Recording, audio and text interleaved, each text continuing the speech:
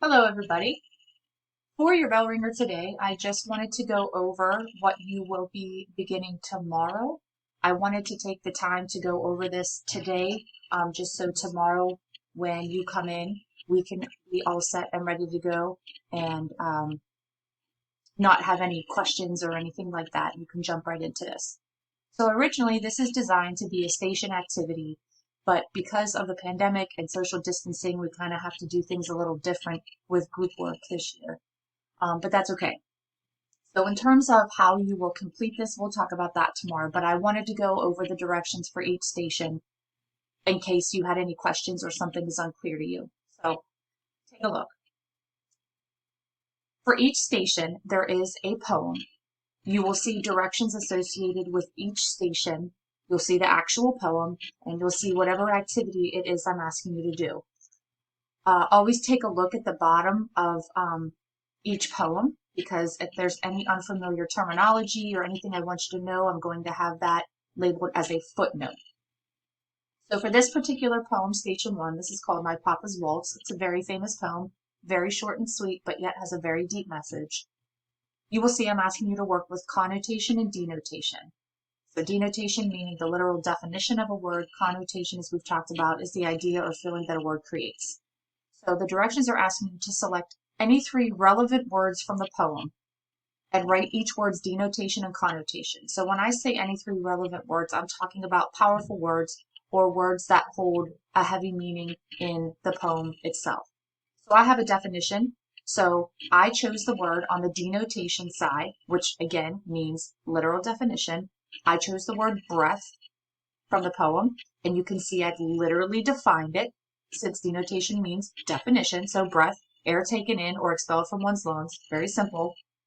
And then the connotation. Now be careful because connotation, as we said, is an idea or feeling that a word creates. But you also want to make sure that that connotation is the intended one in the poem. So before you write what you think the idea or feeling is for, in this case, breath, go back and look in the poem and make sure, okay, is this what the poet wanted me to feel here? So I wrote life, alive, awake for connotation, which is again the idea or feeling that a word creates. So I'm asking you to select three more relevant words, give me the literal definition or denotation, and give me the connotation, again, based on the emotion that it creates within the context of the poem. Then, as you can see, two questions on this poem. Station 2. This is very important for Station 2. You must do A and B before you read this poem, or the poem will make absolutely no sense. So, Station 2, Cassandra. This is a very spicy poem. Before reading the poem, read Who is Cassandra by going to our poetry folder in Schoology. You'll see in the main page in Schoology, there is a poetry folder where you're going to see everything housed in that we're going to need for this unit. So, Who is Cassandra? Very, very short. B, view the video from the movie Cassandra located in our poetry folder. You will come to quickly realize that Cassandra in mythology, that's who she is, was pretty crazy. And so then C, you are now ready to read the poem. Again, do not complete C or read this poem until A and B are done. It will make your life so much easier. The poem contains language, but of course we are mature adults and we can handle that within the context of the poem. Without this language, you will see the poem will not have as strong as a meaning for readers.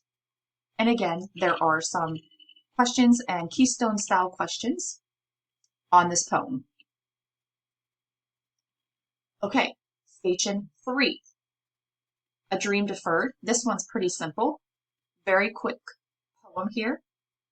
And then you will see there are some things I'm asking you to either annotate or mark within the poem or answer. Station 4. This is probably our deepest, longest poem. Word on the street is that this poem might have been done last year in ninth grade. I checked with Mrs. Grant and Mrs. Fenstermacher, and nobody did it. So if you did read this last year, great. But we are going to be looking at it on a much, much deeper level.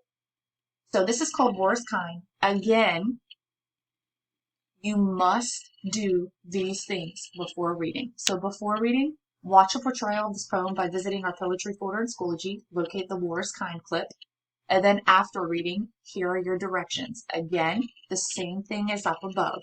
Selecting 3 words, their literal definition, and then the connotation that word creates within the context of the poem. Then, you are completing a tip cast on this poem. As always, forms will be on the front table. Or for online learners, we have the template in our folder in Schoology.